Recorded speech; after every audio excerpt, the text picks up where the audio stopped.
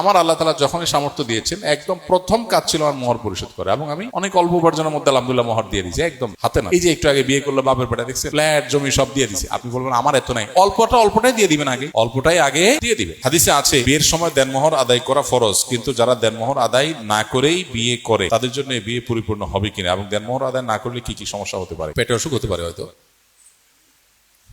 সমস্যা কি কি হতে পারে বলছে। আচ্ছা যাক, বিয়ের সময় দেনমোহর আদায় করা ফরজ হাদিসে আছে। কোথায় পাইছেন এই হাদিস আপনি ভাই? এই যিনি প্রশ্ন করেছেন তিনি নিজে একটা হাদিস বানায় নিছেন। এরকম কোনো হাদিস নাই যে হাদিসে এই কথা বলা আছে যে বিয়ের সময় দেনমোহর দেওয়া ফরজ, এমন কোনো হাদিস নাই। এটা ভুল কথা। তবে এটা ঠিক যে বিয়ের সময় দেনমোহর আদায় করে দেওয়া উচিত। আমাদের দেশে নামে দিছে দাইন মোহর।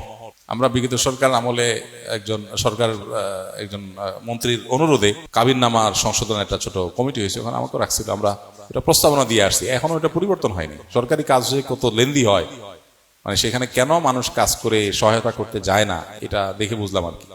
মনে হয় 2 বছর না 2.5 বছর হয়েছে ওইটা নিয়ে সুপারিশ দিয়ে আসছি আমরা, এখনো বাস্তবায়ন হয়। যাই হোক, ওখানে আমরা প্রস্তাবনা দিয়ে আসছি। আমার বর্তমানে কাবির নামে লেখা আছে হলো দেনমোহর। যারা মাদ্রাসা পড়ুয়া আলেম তারা জানেন, দেন শব্দটা মূলত দাইন মোহর। মূলত দাইন মানে কি? লোন, মোহরের লোন। আরে মোহর জিনিসটাকে বানাইছেই হলো দেন মোহর, মানে কি এটা বাকি থাকবে। আইটেমটা কিসের? বাকি।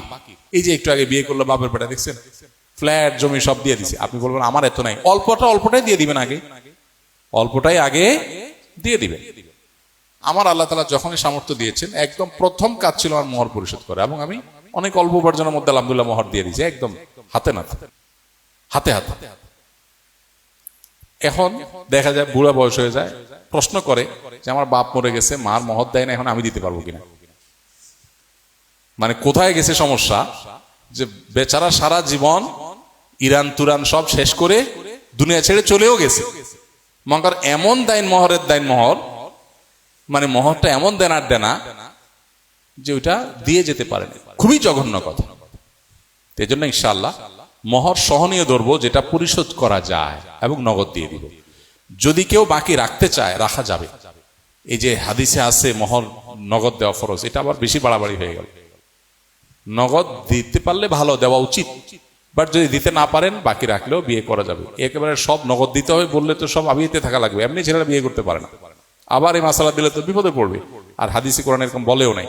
সো মোহর বাকি রাখা যাবে প্রয়োজনে, কিন্তু যেন মানসিকতাই এমন না হয় যে জিনিসটাই কিসের বাকি, আর সারা জীবন বাকির নামে ফাঁকি যেন না দেওয়া হয়। খুবই জঘন্য কথা।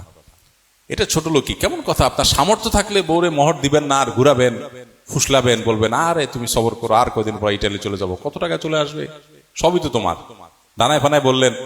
আর বাংলাদেশে মেয়েরাও সহজ সহজ বলে না মোহরটা লাগবে না আমার, এক কথায় সে মাফ করে দিল, সোজা সরল। আর নবী করিম সাল্লাল্লাহু আলাইহি ওয়াসাল্লাম মেয়ে ফাতেমা রাদিয়াল্লাহু তাআলা আনহা বিয়ের সময় আলী রাদিয়াল্লাহু তাআলার সাথে বিয়ের সময় তিনি বলেছেন যে মোহর আমার আগে দিতে হবে।